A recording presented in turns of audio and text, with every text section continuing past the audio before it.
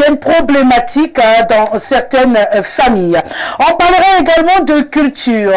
La disparition croissante des langues nationales au Cameroun nous interpelle une fois de plus comment limiter les dégâts et surtout comment pérenniser nos langues nationales.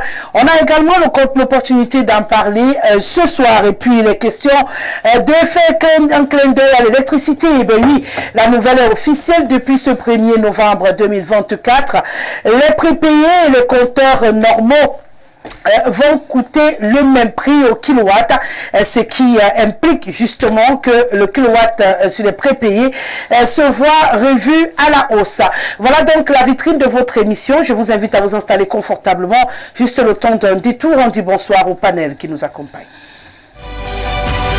Le 699 13 50 75 par SMS ou par WhatsApp, vous avez l'opportunité d'apporter votre contribution tout au long de cette émission. N'hésitez surtout pas à en faire bon usage. Ils sont donc 5 triés comme habituellement sur le volet pour répondre à vos attentes. On va déjà dire bonsoir à Maï qui est avec nous ce soir, nationaliste omniobiste. Il nous accompagne pour cette dernière sortie de la semaine. Bienvenue. C'est moi qui dis. Salutations. Ma sœur ancienne d'église, tout en lui présentant mes condoléances parce qu'elle a perdu son grand frère hier. Je salue Diane Messassi, Tatiana Bastos. Je salue mes enfants qui sont à l'écoute actuellement. Je salue les nombreux, les milliers de téléspectateurs d'Info TV qui sont au rendez-vous actuellement. Et tous mes co-distants, mes copanélistes de la journée, et à vous aussi avec vos couleurs un peu très remarquables ce soir. Voilà. Merci d'être là, Jean-Claude Lemdiou Kemvou. Bonsoir Richard Tobolbaï. On le rappelle pour les téléspectateurs, vous êtes un homme politique. Merci d'avoir accepté notre invitation. Bienvenue. Merci beaucoup Madame Rosalie. Très fier de faire partie de votre panel ce soir et je salue chacun de vos très fidèles téléspectateurs. Je salue chacun de mes copanélistes et je souhaite à tous une très belle émission. On va également dire bonsoir à Simon Mbila, l'ancien ministre, toujours militant de l'Union des populations du Cameroun, qui est avec nous ce soir. Bienvenue, monsieur le ministre. Merci Rosalie, merci que je devienne un peu un meuble de la maison. Je salue tous les panélistes. Il y a des meubles qu'on aimerait tout savoir chez soi, donc c'est clair. Je salue les millions des téléspectateurs qui aiment Info TV, qui dit souvent la vérité, rien que la vérité. Et oui, et rien que la vérité. On continuera de dire la vérité, rien que la vérité. Et bien sûr, le cinquième et non des moindres, Patrick Biébé, est donc le Sénacom de Jouvence, le secrétaire national à la communication du parti Jouvence. C'est un plaisir de vous accueillir sur ce plateau. Bienvenue. Merci Rosalie. C'est un plaisir également partagé que d'être invité sur votre plateau ce soir. Je profite de l'occasion pour adresser mes salutations les plus distinguées à mes co-panélistes, également au peuple camerounais. Vous savez, j'aime souvent à vous le rappeler, Rosalie, que le travail que vous faites, qui est un travail d'instruction du peuple camerounais, est un travail de longue haleine peut-être, mais c'est un travail qui porte ses fruits. Parce que chaque fois que l'occasion m'est peut-être donnée de discuter avec les Camerounais, il ne manque jamais de souligner votre compétence dans le management de votre mission. Donc, pour cela, je vous remercie pour le travail que vous effectuez. Merci d'être là. Et comme à l'habituel, dernier salué, premier à intervenir. Je le disais à l'entame de cette émission, on a ce communiqué qui, comme toujours, confidentiel, qui s'est retrouvé dans la rue parce que ça devient habituel chez nous au Cameroun, marqué d'un sceau confidentiel, mais dispatché partout. Donc, puisque c'est confidentiel et dispatché partout, nous, on va rendre officiel le contenu de ce communiqué signé du ministre Paul Atangandi est adressé au gouverneur de la région du centre. Vous comprenez qu'on a un sérieux problème au Cameroun. Il a écrit au gouverneur, mais ça se retrouve en possession de tout le monde. Comment c'est possible? Il faudrait qu'on remette sur la table ce sérieux problème de fuite des documents. Comment c'est possible que les documents confidentiels, officiels, prennent la poudre d'escampette? En tout cas, la quintessence de cette communication parle d'assainissement des églises dites de réveil au Cameroun. Le ministre dit donc que malgré les multiples appels à l'ordre des autorités administratives, il lui est revenu que les collaborateurs ont par inertie et laxisme décidé de surseoir le contrôle sur les églises dites de réveil. Plus grave, la majorité de ces églises exercent dans la clandestinité totale en créant des abus au sein de la population allant de la nuisance sonore au tapage nocturne. Ces églises sont en majeure partie dirigées par des personnes sans foi ni loi à la recherche du gain facile, tout en promettant et en vendant du rêve à leurs ouailles. Ces gourous des temps modernes déguisés en pasteurs, prophètes ou évêques, qui de surcroît n'ont aucun diplôme théologique, par cela sont dépourvus de toute morale. Par ailleurs, cette déroute a déjà fait l'objet d'un examen scrupuleux lors des conférences des gouverneurs des régions. Des mesures idoines ont du reste été prescrites pour enrayer ce phénomène tout en évitant des dérapages et des abus. Tenant compte de la liberté sur les associations religieuses, perturbe la quiétude des populations et sont susceptibles de provoquer de graves troubles à l'ordre public. Le gouverneur de la région du centre a donc été instruit ce jour d'y mettre définitivement un terme. Patrick. Oui. Première réaction après ce document, la lecture de ce document qui fait couler beaucoup d'encre et de salive depuis les premières heures de ce matin. D'aucuns se demandent pourquoi, puisque les églises ne sont pas les seules à faire du bruit parlant de nuisances sonores. Pourquoi, lorsque l'on sait également qu'il y en a qui trouvent leur réconfort dans ces églises-là, est-ce que ce n'est pas une chasse aux sorcières ou bien véritablement on a besoin de libérer un tout petit peu de l'espace dans ce milieu? Je vais d'abord commencer par dire que si le document n'est pas un fake, parce qu'on nous est également habitués à cela, mais si le document n'est pas un fake, la mesure du ministre de l'administration territoriale est une mesure qui est la bienvenue, qui est salutaire pour le peuple camerounais, moi je trouve. Parce que vous savez, lorsque un pays souhaite se développer, il y a des choses qu'il faudrait mettre de côté. Les Camerounais ont souvent peut-être l'habitude de dire qu'il y a la liberté d'association, notamment régie par la loi de 90 sur les libertés d'association. Mais ils oublient que concernant les églises, il faut une autorisation du président de la République.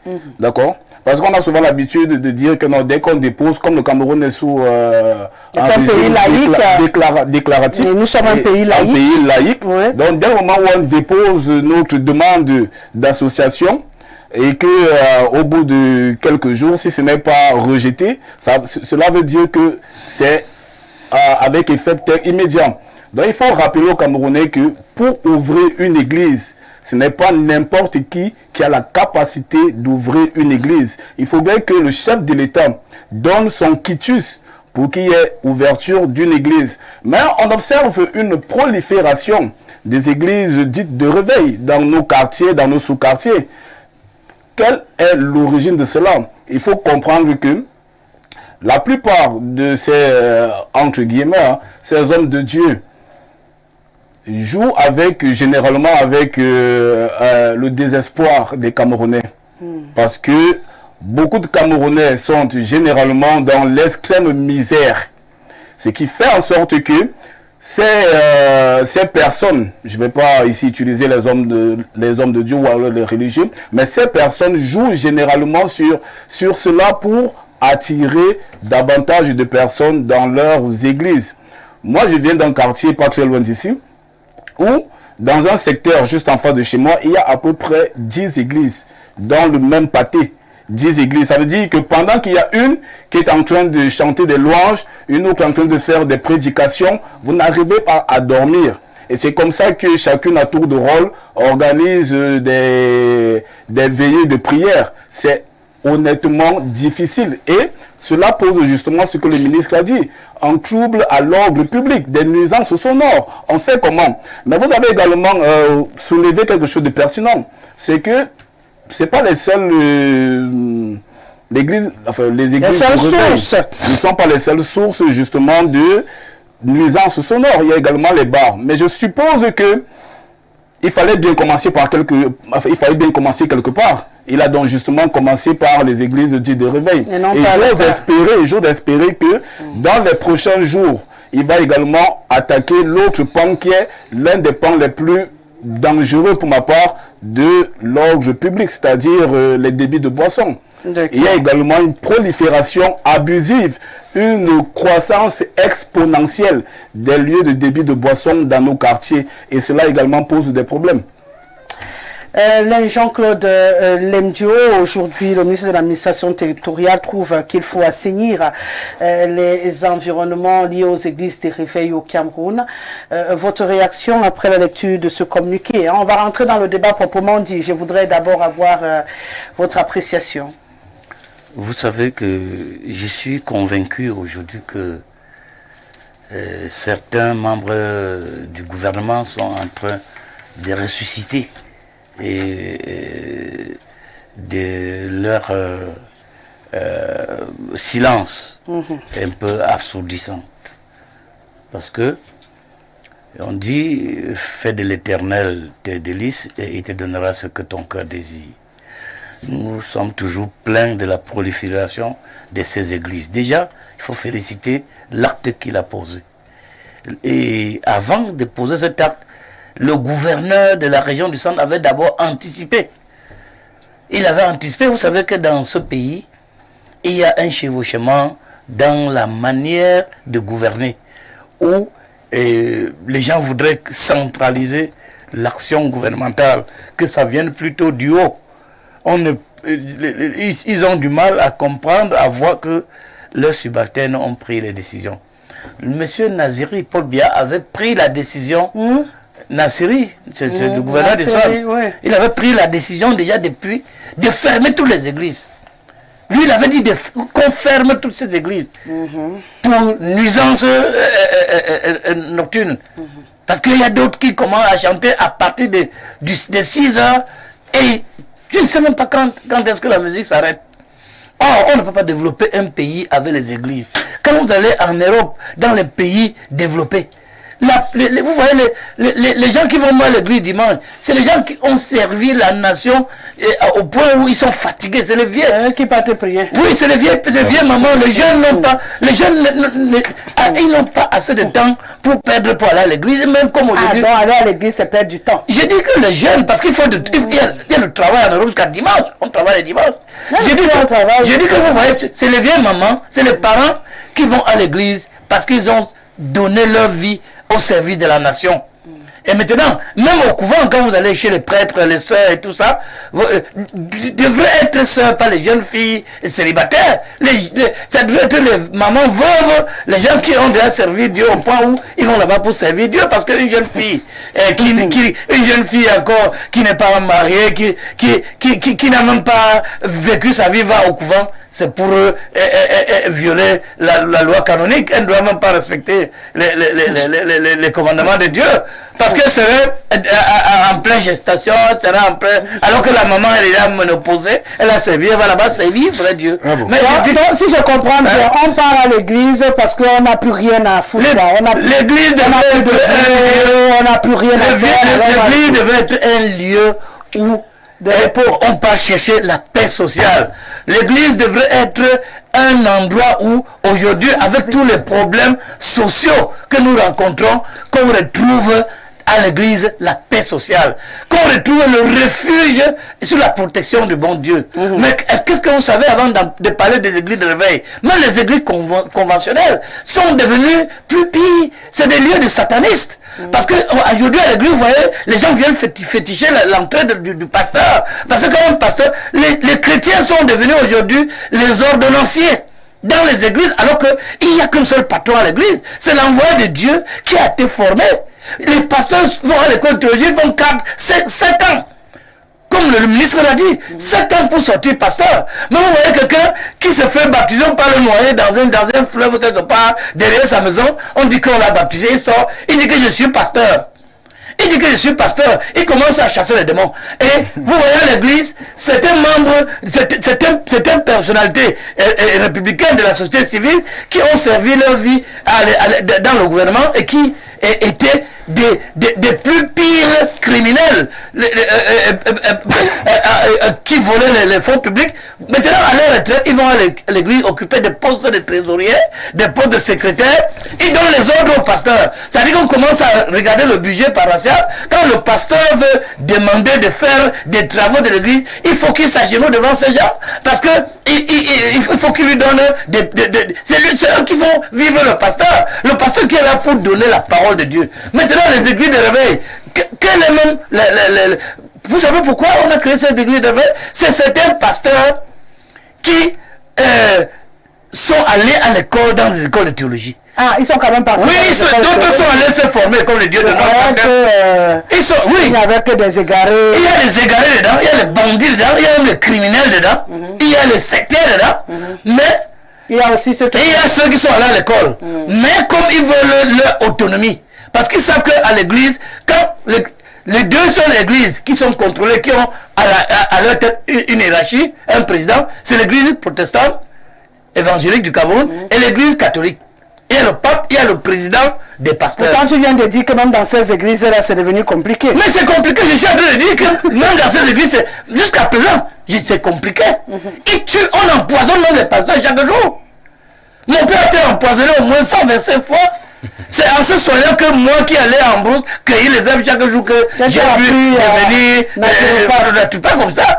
Parce que partout où il allait évangéliser dans le village, c'est les traditionnalistes qui aiment la tradition, qui ne voulaient pas entendre parler de Dieu.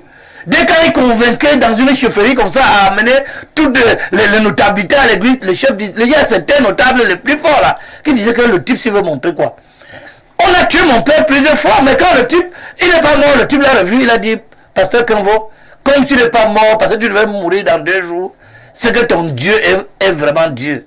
Donc il y a ceux qui croient en Dieu et que Dieu peut agir en eux. Mais aujourd'hui, les églises de réveil viennent du fait que certains, comme à l'église, ont fait les dons. Les dons, les offrandes chaque dimanche. Les dons là, le pasteur ne les garde pas. C'est les dons qu'on collecte pour envoyer à la région pour les travaux. Et maintenant, c'est chaque mois, en fonction de ton temple et du personnel de ton temple, des chrétiens de ton temple, que tu touches ta cagnotte, que tu as ton salaire. Maintenant, qu'est-ce qui se passe? Pour sortir, pour qu'on puisse au moins savoir d'abord la vie des autres. C'est pour ça que je dis donc, je vais expliquer pourquoi il y a trop de les églises de réveil. Non, on va continuer. Donc pour ça, quand ils le font, les pasteurs, certains pasteurs trouvent que ils ont créé, ils doivent aller évangéliser, comme Jésus avait dit, disent que dans la Bible, Dieu avait dit d'aller prêcher la bonne nouvelle. Ils créent dans leur église parce que tous les collectes qu'on va donner le dimanche vont entrer dans leur poche. Il n'y a plus personne qui doit lui dire que il faut calculer les dons de reconnaissance, il faut donner la collecte pour la toiture. Ça devient donc son église, il devient Dieu. D'autres vont même prendre le pouvoir. Respect. D'autres vont prendre le pouvoir. Il vient maintenant. Il devient Dieu et il traîne les chrétiens dans les trucs satanistes où il y a les divorces, il y a la sorcellerie, où il devient le vaudou, où il utilise les chrétiens pour ses pouvoirs. Merci Jean-Claude Lendio Kenvo. La vie de Maï Maï également nous intéresse ce soir. Ben, merci beaucoup Rosalie. Mon avis va certainement se prendre plus d'un. Pourquoi?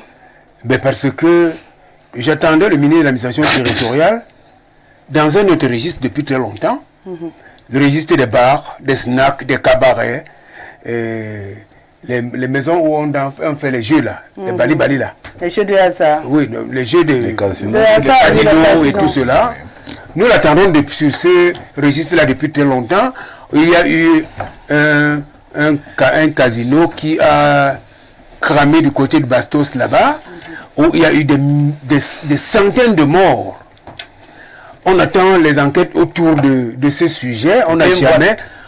Les enquêtes ont été initiées autour de ce sujet. On n'a jamais eu les résultats de ces enquêtes. Et ma foi,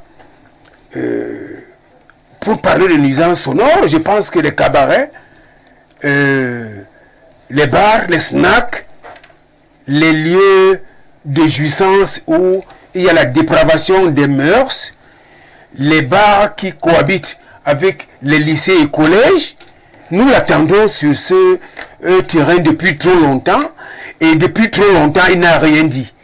Et il se paye le luxe de nous parler des églises de réveil. Mais vous savez pourquoi?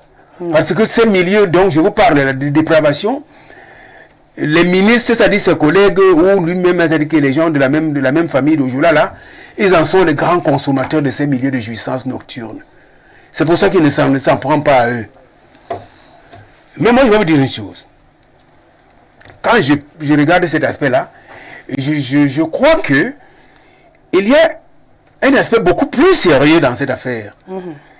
Qu'est-ce que j'entends par l'aspect beaucoup plus sérieux? Parce que il y a église de réveil ou église tout court et entrepreneuriat spirituel et religieux.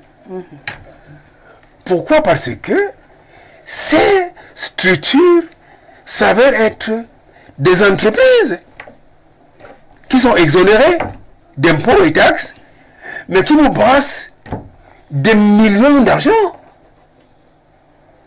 mais ne payent aucun impôt, aucune taxe, ne sont comptables de rien. Hein? Mais je vais vous dire que ces milieux ne sont pas inutiles. Ça, il faut le reconnaître. Ces milieux ne sont pas inutiles. Je connais des églises, hein, par exemple, une église comme la première église de christiantistes, qu'on appelle l'église de la science chrétienne, qui est à Boston, aux États-Unis, et qui a ses filiales au Cameroun, qui n'a pas de pasteur. Le pasteur est impersonnel. C'est la Bible, le livre de la science chrétienne, plus un livret trimestriel que les croyants utilisent chaque matin. Au petit matin, il fait sa leçon quotidienne de la science chrétienne. Et puis, terminé. Vous ne les trouverez pas dans les veillées de ceci ou cela. Ils sont tranquilles. C'est une église extrêmement ordonnée. N'est-ce pas? Et qui fait des merveilles. Lorsque vous faites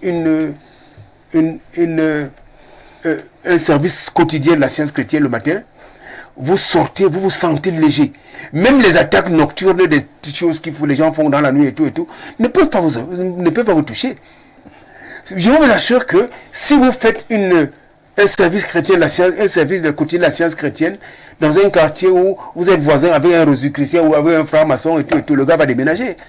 Il va prendre la poudre de Donc, si je comprends bien ce que vous essayez de dire, il y a du bon dedans, mais il y a également ceux qui créent quelques dérives. Il y a même du bon dedans et même du très bon. Ouais. Il y a du bon dedans et même du très bon. Ouais. Mais là-dedans, il y a aussi, associé à ça, les brebis galeuses qui font ce qu'on appelle de l'entrepreneuriat spirituel et religieux. Ouais. Qui font de ces églises, de ces regroupements, des centres de business. D'accord? Et qui vont vous imposer de payer la dîme, hein, qui vont même vous relancer. Parce que la dîme, ça doit être quelque chose qu'on paye de manière spontanée. C'est ce que j'allais dire, que c'est de manière spontanée, de manière volontaire. La dîme. Mais ce que je veux dire, là où je ne suis pas d'accord avec certains qui font dans ces pratiques-là, dans ces églises-là, c'est quoi? C'est que ils croient qu'ils ont la science infuse. Il n'y a que eux qui peuvent... Donc pour certaines églises qui pour certains anciens milieux qui ont la science infuse. Parce que je vais vous expliquer une chose. Je vais expliquer une chose aux téléspectateurs. Il y a dans la Bible une histoire que Jésus raconte qui parle d'un juif qui descendait de Jérusalem à Jéricho et qui est tombé entre les mains des braqueurs, comme aujourd'hui. Ces braqueurs l'ont braqué, ils lui ont demandé de l'argent, il a voulu faire le dur, ils l'ont rossé, tabassé. Poignardé, arraché tout ce qu'il avait, argent, or, tout ce qu'il avait comme pierre précieuse. C'est l'histoire du bon samaritain. Oui, voilà, vous parlez du bon samaritain. Mais moi, je vais vous dire que, à l'époque, le samaritain était un récarré de la société. Les juifs et les samaritains ne se saluent même pas avec les mains, parce que les samaritains sont des athées. Maintenant, regardez alors une chose qui arrive, c'est que ce monsieur qui a été braqué, qui a été blessé, qui est laissé au bas côté de la route, un pharisien arrive et passe par là, et le trouve qui est juif comme lui. Mais il le contourne là-bas, il ne veut même pas approcher, il dit, oh, mais celui-là, c'est un mort, il est déjà mort. Bon, un autre juif qui vient passer par là, il le trouve aussi baignant dans une mare de sang, il le contourne et s'en va. Mais un Samaritain qui appartient à un rejet de la société, qui ne croit pas au Dieu que les Juifs prient, à leur Elohim et consorts là, qui est aujourd'hui un peu comme le guérisseur de notre village, ou le Magnessi, ou le Bombok du village, ou n'importe quel guérisseur de mon village, qui connaît la science des herbes, des techniques d'autrefois.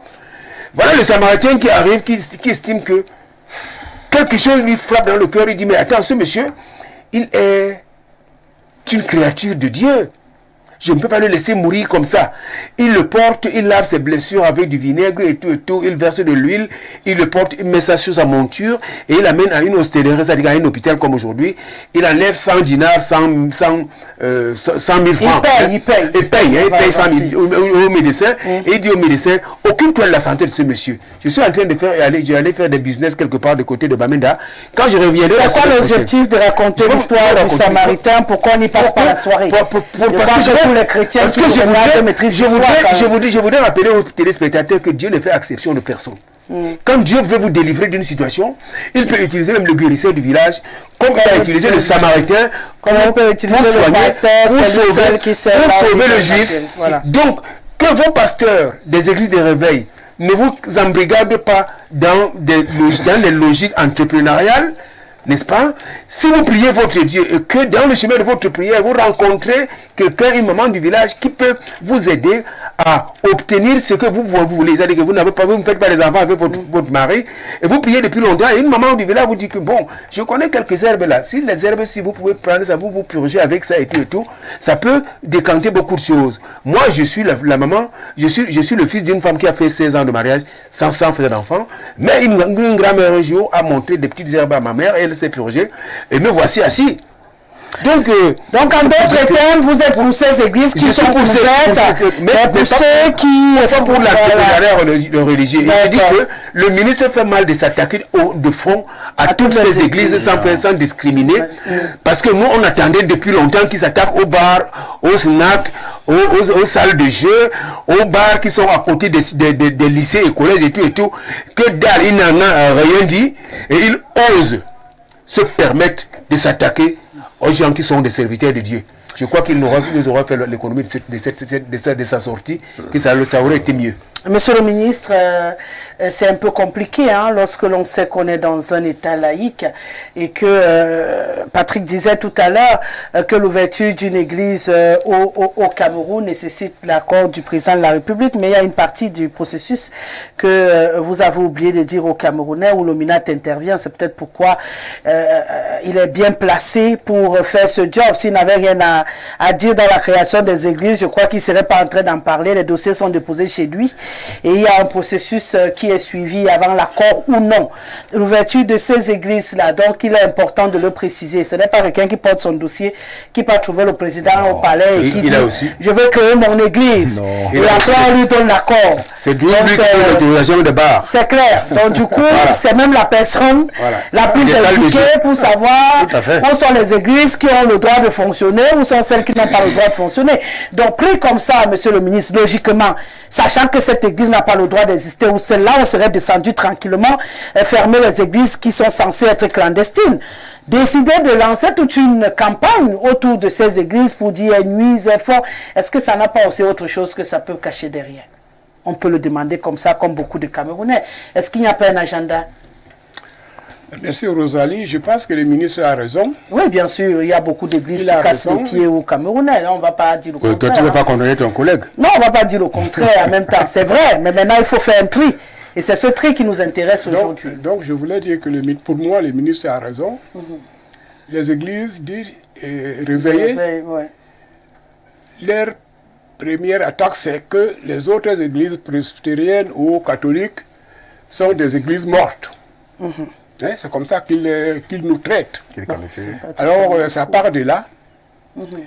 Et nous avons aussi, comme il parlait de la Bible, Jésus a parlé de la fin des temps. Qu'il y aura des faux prophètes qui feront même des miracles en son nom, mais ne les suivez pas.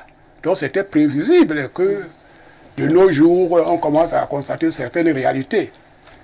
Ceci dit, Église, croyance, il y a une liberté, c'est laïque le Cameroun, mais, au fin fond de ces églises dites réveillées, vous trouverez des escrocs bien formés. Ils vont utiliser même la même Bible pour vous faire comprendre que s'il vous demande 100 000, il faut donner 100 000 parce qu'il va prier pour vous, vous aurez 200 000 demain. Hein? Ils sont... Les responsables, des fois, viennent chez vous, vous dites que vous êtes malade. Bon, moi, donnez-moi 500 000 et je vais vous guérir. Ouais, bah, il va faire, je ne sais pas quel... Il y en a d'autres qui sont même des grands magiciens. Ils font ceci, ils font cela. Tu te sens un peu en forme. Et dans ces églises, il faut essayer d'écouter le message. Le message, c'est que si tu n'as pas de mari, le message, si tu cherches le travail, le message, etc., ça veut dire qu'ils s'occupent des problèmes locaux, des problèmes de vie. Les problèmes sociaux, les problèmes sociaux, mais ce n'est pas spirituel. Ce n'est pas tout à fait spirituel. Et cette façon encore de condamner les autres qui sont là depuis longtemps, ce n'est pas aussi spirituel. Donc, au Cameroun maintenant, quelle est l'église qui mérite d'être soutenue? Parce qu'à l'intérieur de ces églises, vous trouverez des situations qui dépassent tout ce qui est de laïque. Des responsables, je fais semblant d'attirer notre attention que l'EPC n'arrive pas à organiser l'Assemblée générale. C'est ce que j'allais dire, que même dans les églises conventionnelles qui existent depuis, il y a également des situations alambiquées à l'intérieur. Et progressivement, dans ces églises sont politisées. Si une église parle en soutenant tel parti ou tel autre, vous finirez par déclencher des réactions que vous n'aviez pas, des réactions assez bizarres. Donc, pour moi, l'Église, c'est d'abord, c'est spirituel. C'est la foi. C'est la foi surtout. L'amour du prochain. La Bible est claire, nous enseigne l'amour du prochain. Et cet amour du prochain ne peut pas être réalisé par vous et moi. Il faut reconnaître que si vous voulez avoir l'amour du prochain, c'est Jésus qui est en vous, qui vous utilise pour aimer votre prochain. Si c'est vous-même, c'est impossible. Bien sûr. Donc, le problème de foi est là. Le problème il y en a une crise. Quand vous voyez qu'on assassine des prêtres, qu'on assassine des évêques, qui les assassinent? On n'arrive pas encore à dire que voilà le groupe de gens qui assassinent les autres.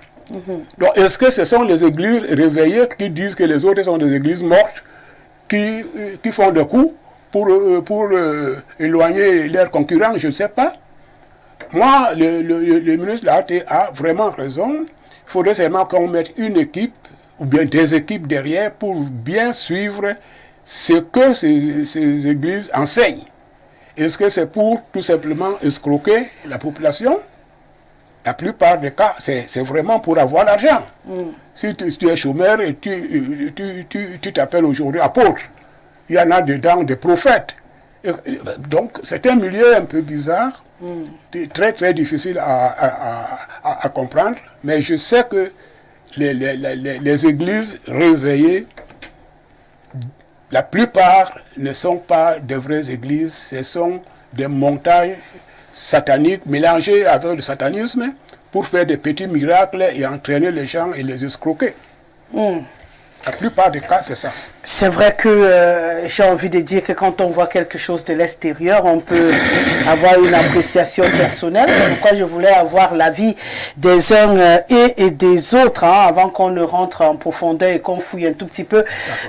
Parce que de façon péremptoire, je ne crois pas qu'on puisse dire que toutes les églises de réveil sont dangereuses pour les populations au Cameroun. Parce qu'il y en a également qui vivent leur foi dans certaines de ces églises-là et qui sont très épanouis dans leur vie de famille et qui ont eu justement à vivre leur connexion avec Dieu là-bas. Parce que vous avez bien fait de dire que même les églises conventionnelles aujourd'hui, on a tout qui sort. On part chez les catholiques où on a des problèmes là-bas avec les prêtres, excusez-moi l'expression, qui allument nos enfants. On va chez les presbytériens où ils sont en train de bagarrer chaque jour pour le même argent dont vous parlez. On va chez EEC, évangélique de quoi.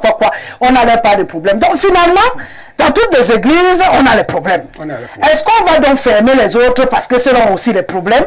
Ou on va résoudre les problèmes de façon générale de toutes les églises? C'est la question justement qu'on peut se poser, parce que si on doit mener cette enquête de moralité qui dans le processus est menée justement par le ministère des Relations extérieures, je crois, non, la DGRE, qui est censé mener l'enquête de moralité avant de donner l'autorisation à un pasteur d'ouvrir une église. Donc dès que l'ATA guetté, il pousse à son aux gens à côté, on peut enquêter un peu sur la moralité du pasteur. C'est ça le processus, hein. Et après seulement, on envoie chez le père en disant ça c'est bon, ça c'est pas bon, ici on peut valider, là-bas on peut pas valider. Donc si tout cela a été fait, comment on fait pour se retrouver avec autant d'églises au Cameroun? Et s'il y en a qui n'ont jamais eu à faire le processus, pourquoi ces églises existent?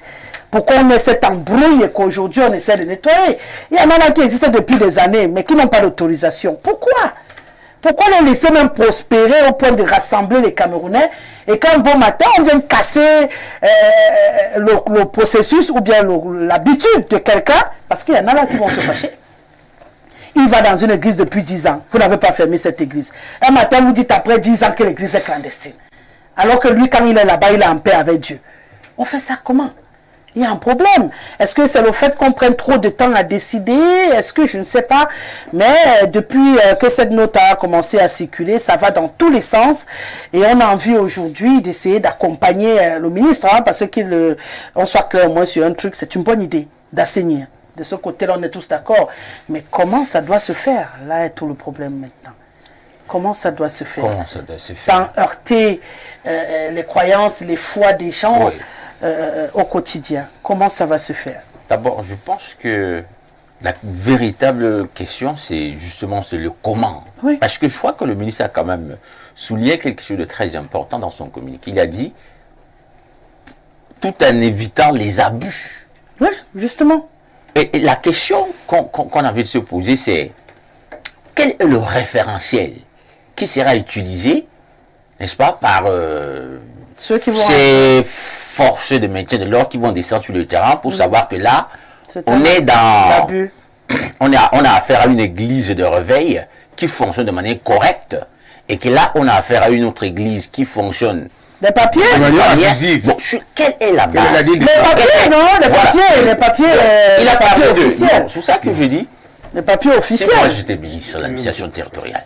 Je pense que pour éviter tous ces débats-là, il aurait fallu qu'il fasse une proposition d'un projet de loi qui révise d'une certaine manière les dispositions de la loi qui réglemente le fonctionnement de ces églises.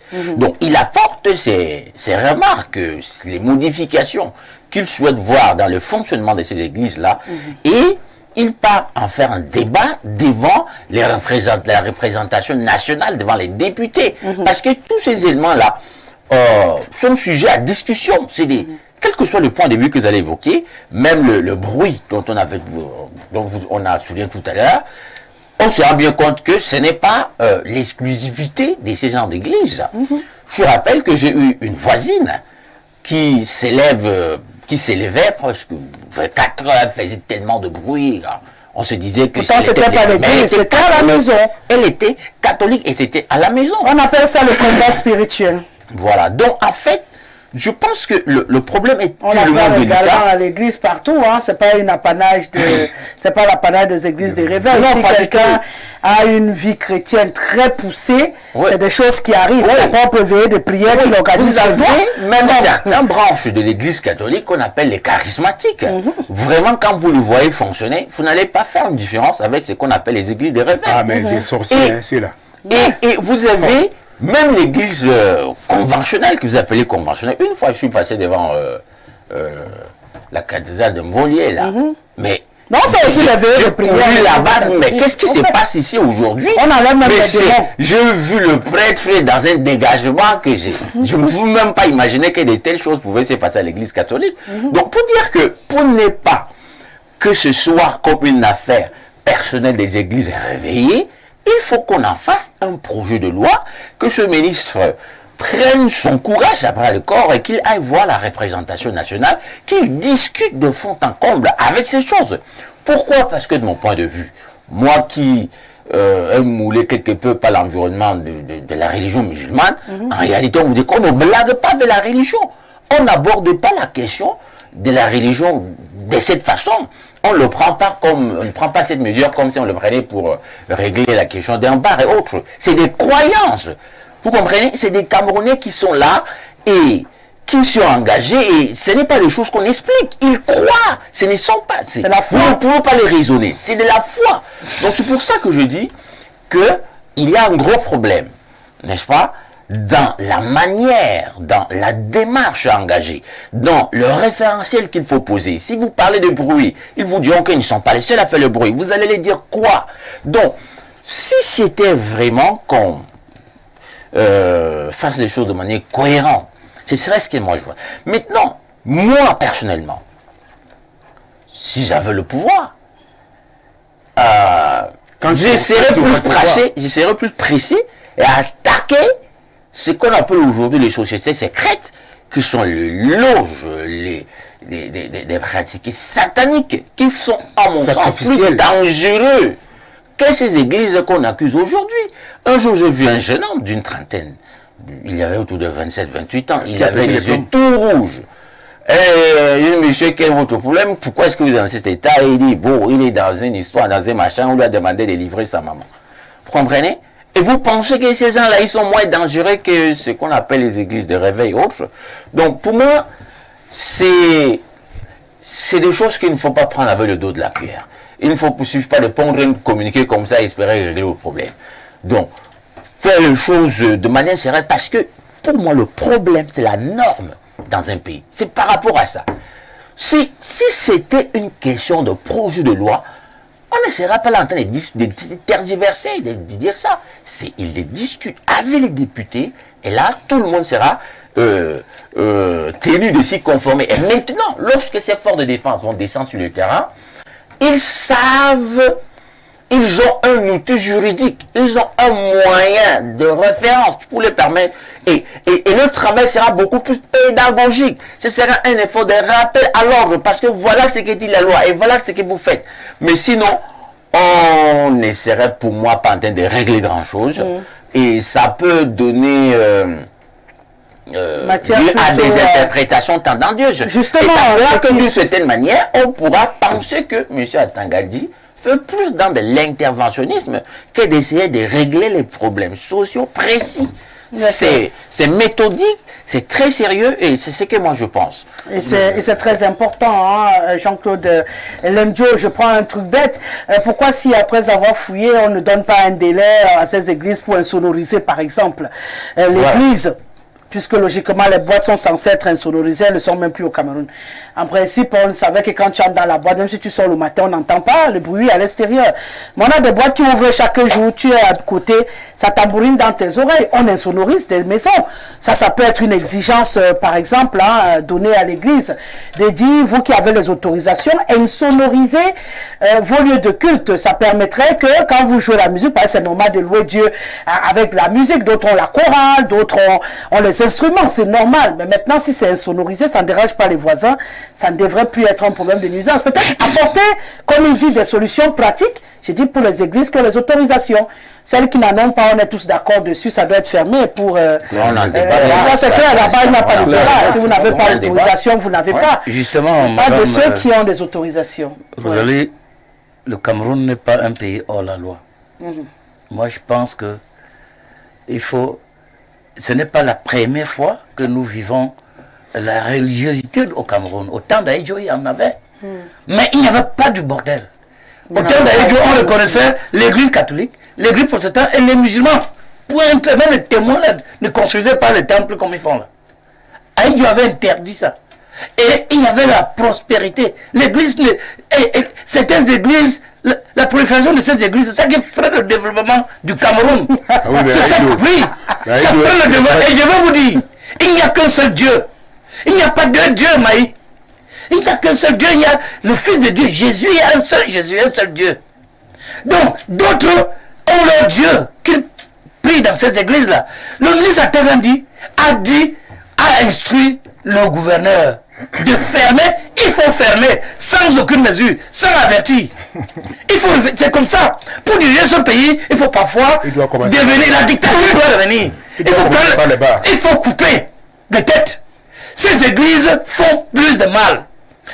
Regardez, nos femmes, nos enfants aujourd'hui sont perdus. Allez dans ces églises. S'il y a 1000 chrétiens, 99 sont des femmes. Il y a quelle église où les femmes... 900 chrétiens sont des femmes, je dis. Même dans les églises, les hommes ne sont pas tellement intéressés par la spiritualité. Les femmes sont plus ouverts à la religion. Ils sont plus nombreux. Je vais vous dire, quand elles sont là, 900 femmes, c'est parce qu'elles ont des problèmes, elles veulent la délivrance.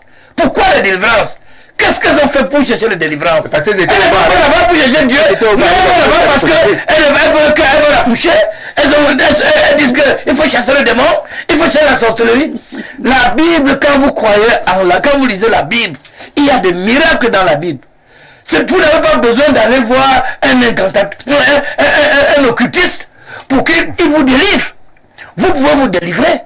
Vous pouvez, la foi quand on dit, quand vous voulez prier votre Dieu, vous êtes en train de fermer votre chambre, vous restez au pied de votre lit, là où il n'y a pas de bruit, quand vous dites que cette femme qui se réveille chaque jour fait des incantations à vous nuire. Moi je dis, ici au Cameroun, le véritable problème, je suis très fier déjà, je n'ai jamais apprécié une décision sortie du MINAC, mais je dis, bravo monsieur Atagandi, et quelqu'un a dit tout à l'heure qu'il faut qu'on ajoute les bars. Moi j'avais même dit que si on me nomme dans le gouvernement, la première des choses que je dois faire, je ferme les brasseries du Cameroun. Je ferme les brasseries pour que le Cameroun, je ferme pendant un an pour ramener les Camerounais à la raison. Parce qu'aujourd'hui, qu'est-ce qui se passe dans certaines de ces églises de réveil? J'ai dit de réveil, c'est le lieu de prostitution avancée. Oui, nous voyons aussi. Vous êtes déjà entré dans une église de réveil. Ils font ça. Vous êtes déjà entré dans une église de réveil. Je fais voir, je vais voir. Vous êtes déjà entré. On appelle ça affirmation gratuite. Je suis en train de vous dire, je suis d'abord ancien d'église. Vous êtes entré dans une église de réveil. Je n'ai pas dit que vous n'êtes pas ancien. Madame dit, on n'a pas besoin d'aller dans une église de réveil. Eux-mêmes, ils filment, ils envoient ils envoient les vidéos. Vous trouvez quelqu'un en train de porter les femmes de tuer, en train de têter le sein. On te dit, il dit qu'il a train de délivrer le démon qui est dans la femme. C'est ce que le pasteur il porte la femme. D'autres peuvent les fantasmes. Il fait ceci, les enfants de tuer. Il dit qu'il lave la marche. Mais là-bas, on fait divorcer les femmes. On dit que ton mari est sorcier, machin. C'est ça dans ces églises. Et moi, je dis, monsieur Atama dit chapeau, il faut que le gouverneur, avec ses préfets, maintenant ses commandants, entre, parce qu'au quartier, avec ça, si je ne dors pas, mais ils sont à 1 kilomètre de nous, mais ils commencent. Ils achètent les instruments musicaux. Hein. Tu entends la même si ça n'a pas de consonance agréable à entendre, mais il faut chanter. Et les enfants sont athées, ils ne vont même pas à l'école. D'autres sont possédés plus dans ces églises. Aujourd'hui, je vais vous raconter une petite histoire. Il y a dans un pays comme au Nigeria, où il y avait le combat entre ces différents ordres religieux. Toujours les églises de réveil, parce qu'ils ont vu, il y avait un qui avait vraiment la foi, qui lisait la Bible. Et Dieu répondait vraiment à ce qu'il leur demandait. Et il faisait des miracles. Les autres qui étaient allés prendre le pouvoir, là, se sont posé la question, pourquoi celui-là pose tellement des actes négatifs? Comme le Père disait que Dieu avait dit qu'il y aura des mauvais pasteurs, des mauvais brebis. Alors, ils ont décidé de l'éliminer. Mais Dieu lui parlait même à celui-là. Donc tu es d'accord qu'il y en a quand même qui ont la spiritualité. Moi, c'est pour vous dire donc que, comme vous avez dit tout à l'heure, il y a toujours les bons et les méchants. Les méchants que vous combattez. Oui, il faut combattre pour le moment. Il faut fermer toutes les églises de réveil. Laissez les églises conventionnelles, protestantes. C'est-à-dire qu'on dit les églises, il y a les églises protestantes, il y a les EPC, ils sont de l'ordre, ils sont là. Il y a les églises musulmanes, il y a les églises catholiques. On laisse ces églises, on ferme les sectes, comme tu dis là. Les trucs de Rose-Croix, il n'y en a pas. Mais j'ai dit le président Idjo était ferme. C'est pour vous dire, pour chuter que quand un pays a une bonne gouvernance, parce que ça fait partie aussi de la gouvernance, parce que si un pays est bien gouverné, je crois qu'on n'a pas besoin de prendre certaines mesures. On respecte les instructions d'Aïdjo quand il avait dit qu'il ne faut pas voir ces églises. Il a seulement dit, il n'a pas pris le décret, ça s'est appliqué. Donc dans un pays, il faut l'ordre institutionnel pour mettre fin à certaines choses. Et j'ai dit, M. Attal a dit, vous avez été inspiré par Dieu lui-même. Donc, oui, il a été inspiré par Dieu parce que ces églises de réveil détruisent le Cameroun. C'est ça qui contribue au pourrissement de la gouvernance au Cameroun comme ça. Parce qu'ils sont entrés dans des choses compliquées. D'accord. Vous vouliez rajouter quelque chose, Patrick? Oui, bien entendu, Rosalie. Ici, je ne vais pas faire le procès des religions des uns et des autres. Je crois que la note du ministre est assez claire. Lutter contre la prolifération des églises dites de réveil. Et à partir de là, la dernière fois que j'étais ici, je vous ai dit ironiquement que j'appréciais le ministre de l'administration territoriale. Et c'est justement à cause de ce genre de décision.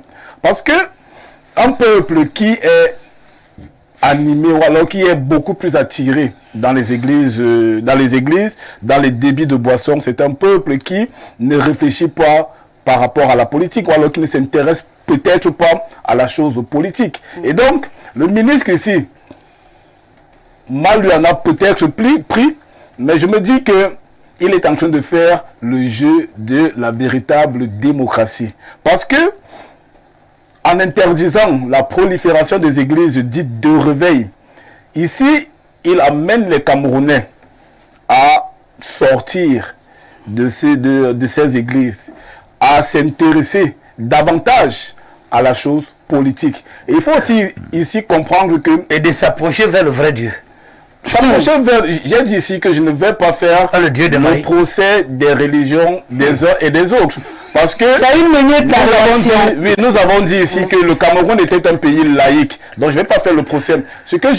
L'attention que j'attire, c'est que les Camerounais, qu'ils apprennent qu'un pays qui voudrait se développer, ne se développe pas avec les églises, ne se développe pas avec les débits de boissons, ne se développe pas avec les casinos, les lieux de joie justement. Et que, en réalité, la note du ministre est une note qui devrait davantage nous interpeller. Nous interpeller parce que on doit véritablement, moi j'aime souvent à dire que nous sommes dans une période assez critique et cela devrait donc justement nous interpeller à entrer véritablement dans la véritable démocratie, à prendre notre destin à main. N'allons plus confier notre avenir. Quand on va fermer les églises, vous aurez la démocratie. À des occultistes, n'allons plus confier notre avenir à des occultistes. Ils vous ont ici dit, mes prédécesseurs ont dit ici que généralement, ce n'est pas des problèmes spirituels que ces pasteurs des églises dites de réveil résolvent. Généralement, je termine. Oui. Généralement, c'est des problèmes sociaux. Et pour en réalité attirer les gens, qu'est-ce qu'ils font? Il faut juste avoir une assez bonne formation en développement personnel. Parce qu'en réalité, si vous parlez d'un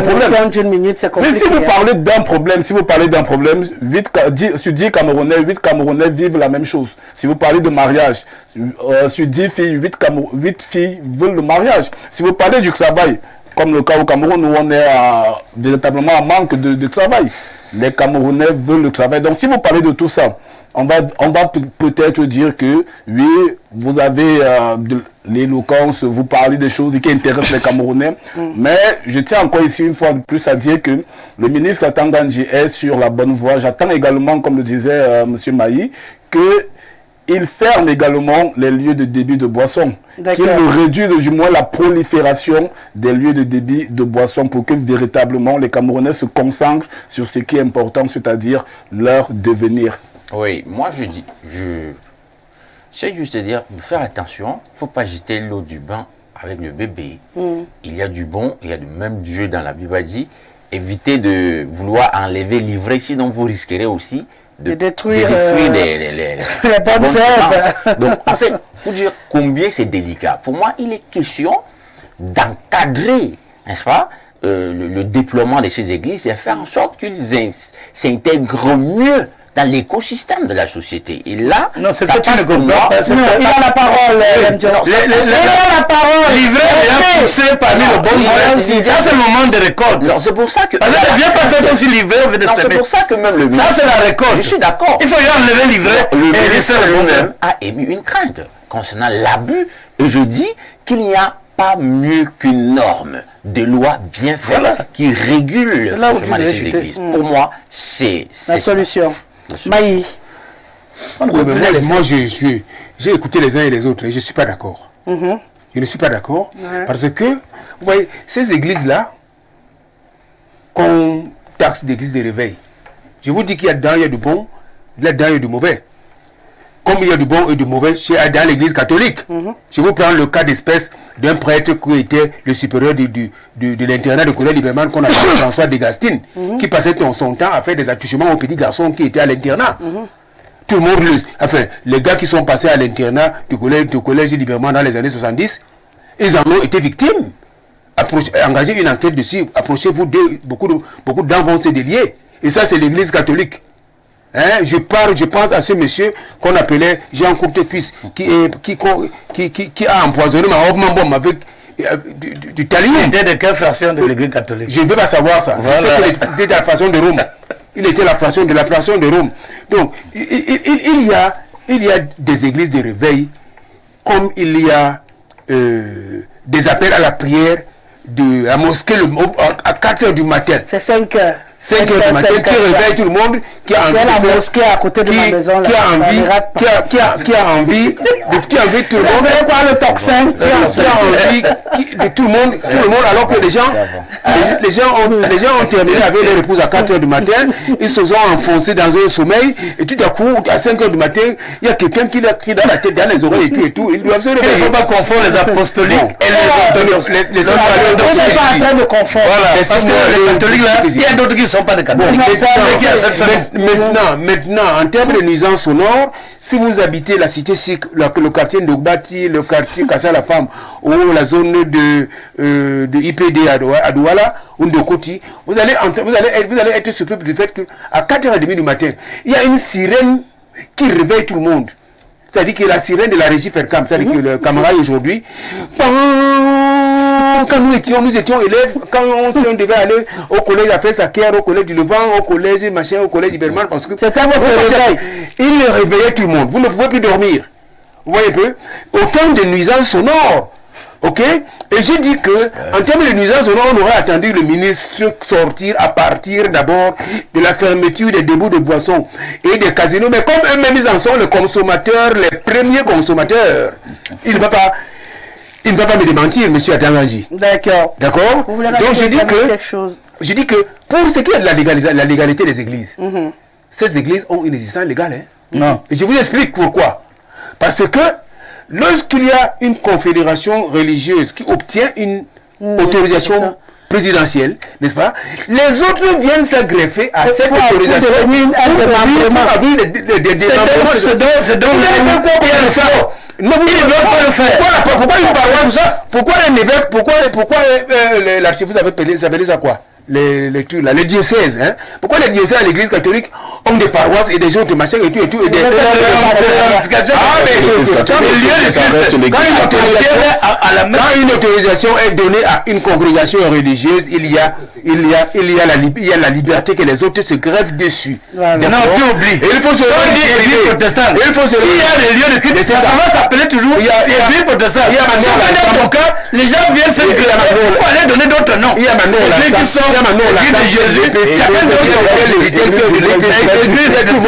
il y a même l'église, l'EPC du Sud, qui peut ouvrir une antenne à Yaoundé ensemble, à côté d'une église, d'une antenne de l'église de Seka, qui est à côté. Vous parlez même de quoi? Moi, je parle de non. J'ai dit ces églises. Ces églises n'ont pas automatiquement une existence illégale. Ouais. D'accord? Ils ouvrent une branche d'une sur les églises qui ont eu une autorisation d'existence légale. À partir de là, ils sont protégés. Ils sont protégés. Vous allez faire quoi? Maintenant, protégés, c'est quoi? Je vais sortir par là pour dire que lorsque vous allez dans les bars et les cabarets, vous allez constater que il y a les forces de l'ordre. Parfois, c'est les policiers qui viennent, ils entrent à une certaine heure. C'est pour faire la collecte des fonds. Parfois, c'est les gendarmes qui viennent, qui garent à une certaine heure, qui viennent faire la collecte des fonds. Du coup, les gens qui étaient censés ouvrir à 10h, à 22h ou à 23h, se retrouvent ouverts à 3h, à 4h du matin. D'accord? Attends, j'ai dit quoi? On fait comment? Son collègue de la Sûreté nationale, son collègue de la délégation à la gendarmerie et tout. Il s'est consulté avec eux pour qu'on sache exactement qu'est-ce qui se passe, dans quelle chose nous sommes mangés là. Il faut que, quand quelqu'un n'a rien à dire, devant le silence est la meilleure formule.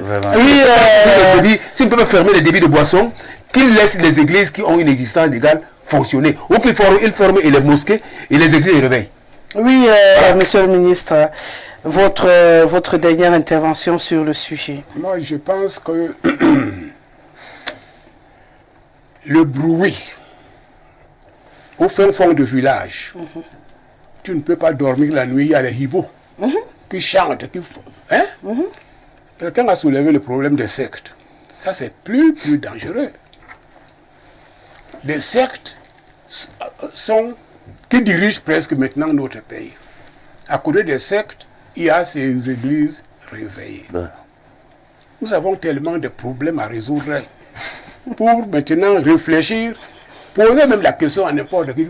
Vous êtes dans quel secte? Vous êtes dans Rose-Croix, vous avez ceci, vous avez cela. J'avais des amis qui n'ont jamais fait les études théologiques, mais il est devenu apôtre. Il y en a qui disent qu'ils sont des prophètes. Et ils disent que c'est Dieu qui parle avec eux. Ils ont été appelés. Comme Moïse. C'est l'appel. Tout ça qu'à Haïti, que vous voyez là, c'était le centre de vaudou. Il y en a beaucoup de ces gens vont dans ce milieu pour avoir le pouvoir. Je ne sais pas, c'est pouvoir magique ou quoi. Ils marchent même sur les braises, etc. Donc aujourd'hui, il faut reconnaître que Satan progresse. Si vous voulez attaquer ce problème, c'est Satan qui guide ce monde, qui avance dans l'obscurité. On ne peut pas condamner les églises de réveil, ne pas condamner les sectes. Alors, presque un Camerounais normal devrait réfléchir différemment. Est-ce qu'il croit vraiment? Les musulmans croient très bien, ils prient.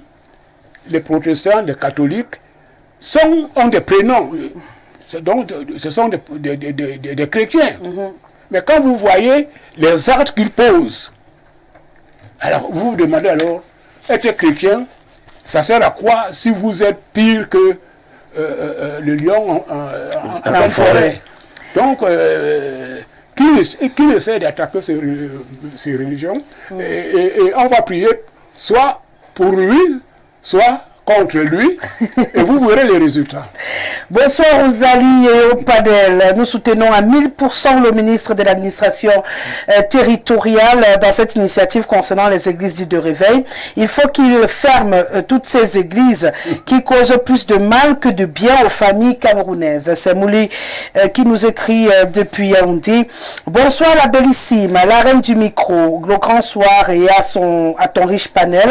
Bravo à monsieur le ministre. Ouais, enfin je vais dormir en paix. Ces églises sont devenues des entreprises de nos jours en dépouillant les gens pour se remplir les poches. La suite sera les bars qui se créent en désordre. Bonne émission à vous. C'est Eloué depuis Izeka. Bonsoir le plateau et bonsoir le Cameroun. Ces églises ne sont pas faites pour nous Africains, car l'Africain a d'autres cultes et d'autres façons de prier Dieu. Alors. Donc, les colons et les évangélistes blancs ont tout fait pour les effacer de notre mémoire collective. C'est Bruno qui nous écrit depuis Douala. Bonsoir, je suis Simon Rodrigue depuis Hawaii Escalier. Pour commencer, s'il vous plaît, dites à monsieur qui a la barbe blanche qu'on ne dit pas plus pire. On dit pire, c'est le summum. Pour revenir au sujet, je pense que la note du ministre est une note de trop. Mal placé et inapproprié. Vraiment. Il faudrait commencer par purger les villes de tous ces bars qui pilulent le long de nos rues. Les gens semblent oublier que la sorcellerie existe encore en Afrique noire.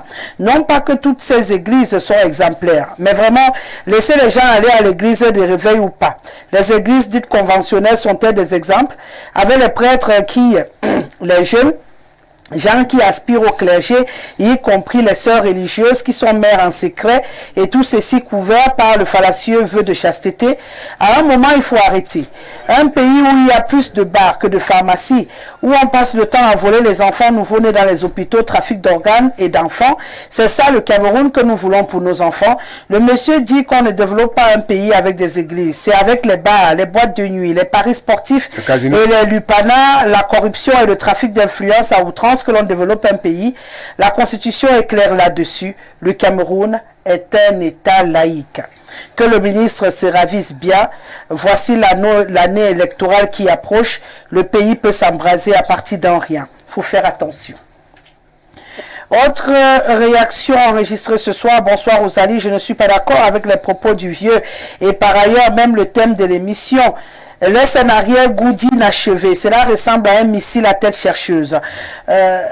C'est l'information. Hein. Le thème, c'est l'information. Mon noble a vu l'Église au sens général, au terme qui a besoin d'un assainissement.